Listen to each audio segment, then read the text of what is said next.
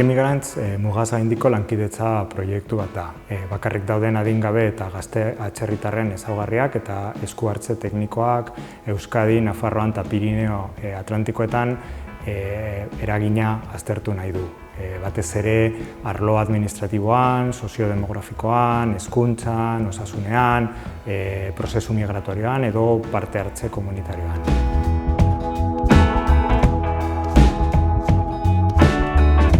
Proiektu hau Akitania Euskadi Nafarroa Euroeskualdeak kofinantzatu du eta hemen agintzari Poeta Adurreko Unibertsitatea, Sakan Nafarroa eta Zabalduz Kooperatiba elkartea bazkide gara eta horretaz gain bazkide elkartu moduan Sobegar de la Infancia de l'Adulte du País Basque, Acción Jeunesse, Innovación et Reinserción eta l'Organisme de Gestion de Foyers de l'Amitié badaukagu ere.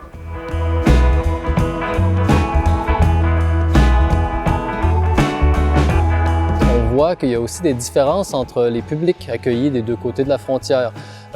D'abord, du point de vue socio-démographique. Du point de vue socio-démographique, on voit que du côté espagnol, c'est un échantillon beaucoup plus homogène. Les gens se ressemblent beaucoup plus, les jeunes se ressemblent plus.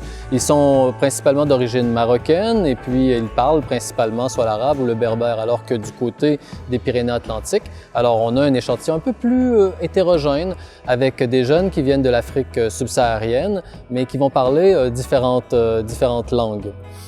Ensuite, ce qu'on voit comme grande différence des deux côtés des Pyrénées, c'est la question des relations avec les personnes, avec les locaux, avec la famille. D'un côté des Pyrénées, du côté espagnol, eh bien, on voit qu'il y a quand même un certain réseau relationnel qui est développé par les jeunes, alors que du côté français, on voit que c'est un peu plus faible, un peu plus compliqué. Par exemple, il y a beaucoup moins d'amitié avec des locaux qui sont déclarés.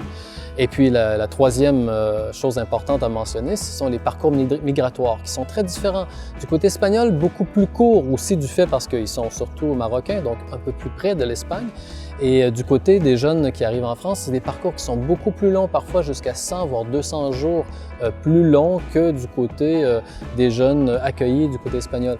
Ceci induit aussi donc des parcours plus difficiles bien souvent, avec des points très compliqués, des points de passage très compliqués. La Libye est très souvent mentionnée comme endroit difficile à traverser.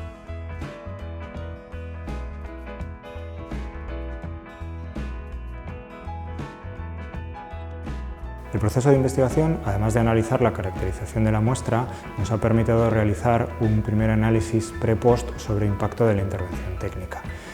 En este primer análisis se puede apreciar que tras el primer semestre de intervención ya existen mejoras de en torno a un 15-20% con respecto a la situación de llegada en ámbitos como la salud, la documentación, la formación, el conocimiento de la lengua, los hábitos de higiene o deportivos o incluso la participación comunitaria.